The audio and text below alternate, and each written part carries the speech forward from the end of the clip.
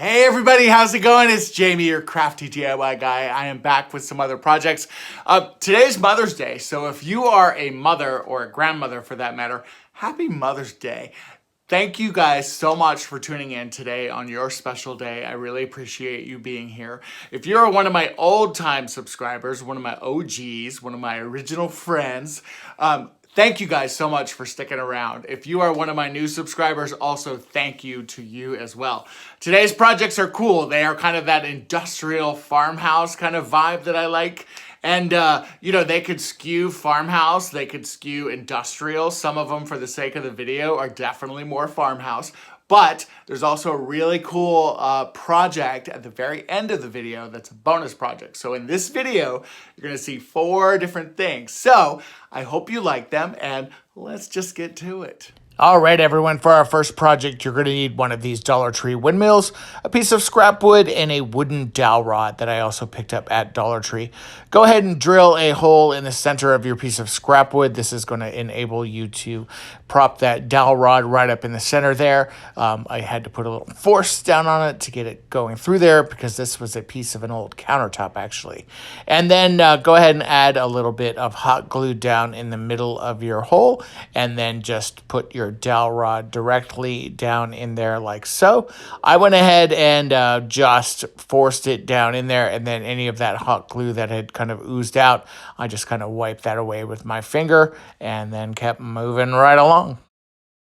And then I took my pliers and I kind of flattened out the top of my dowel rod there. I wanted that to have a nice grip and a nice hold to the back of the windmill. So I added a kind of nice dollop of hot glue there and then just directly glued this down. And you can also see that outside ring of the windmill. I went ahead and I put a little bit of super glue on the back side of that as well. That way it would just glue it directly down to the dowel rod, and just waited for it to dry. And then once it dried, it looks like this. I really like the way that it looks even like this. Then I took it outside and I spray painted it all the same exact color. I used a Rust-Oleum hammered black spray paint, and I really love the way that this turned out. I think it's super contemporary. It could go with modern farmhouse. It could go with regular farmhouse. There's a lot of different ways that you could do this, and really makes a nice impact on your decor. So for project number 2, you may remember when I did my garage haul I think it was a couple months ago now, I grabbed these metal trays, and I loved these, and I didn't know what I was going to do. So I had 2 of these kind of like, I don't know what they are, like little side dish bowls. I had some jinglewood blocks, and then I saw this video that, according to Kat, did, and she used these scoops as sconces, and I knew exactly what I wanted to do. Then I also had some of my Gorilla like super glue, and then that Rust-Oleum black hammered paint once again. So this was going to be the perfect combination to turn these trays into sconces.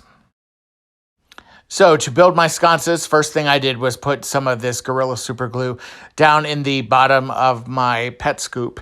And then I took the wood block, the Jenga wood block, and just set that down on top.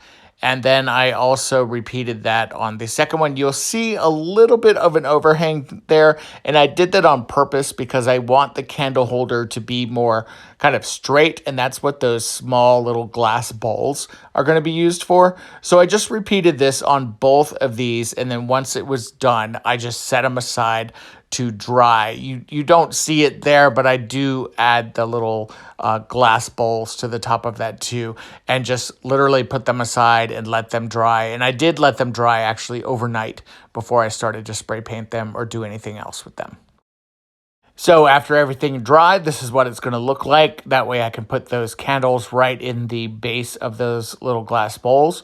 So I took the scoops outside and spray painted them with that hammered black spray paint once again, doing the back side and the front side to make sure that I had good coverage all the way around.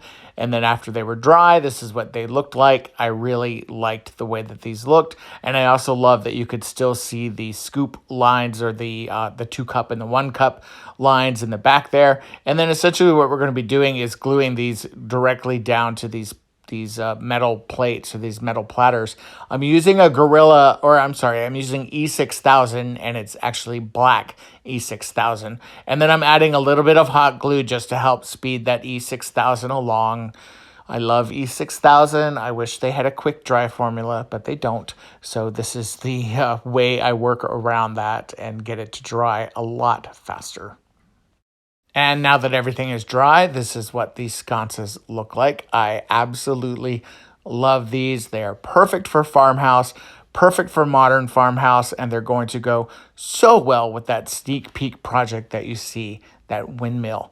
So I went ahead and I grabbed 5 of my fan blades that I picked up from my garage trash haul, a Dollar Tree hula hoop, some of my antiquing wax from Craftsmart, and then again I'm using the hammered spray paint, but this time in a dark steel color. So the first thing I'm going to do is I'm going to take everything outside and I'm going to spray paint it. So those blades have a dark side and a light side. I just went ahead and sprayed the lighter side down.